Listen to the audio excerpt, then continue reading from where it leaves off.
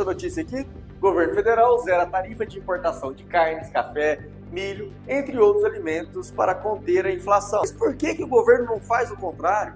Por que o governo não diminui os impostos dos nossos produtores rurais, dos nossos irmãos brasileiros que produzem tudo isso aqui, que já é produzido aqui no Brasil? Nós produzimos carne, produzimos café, produzimos cereais.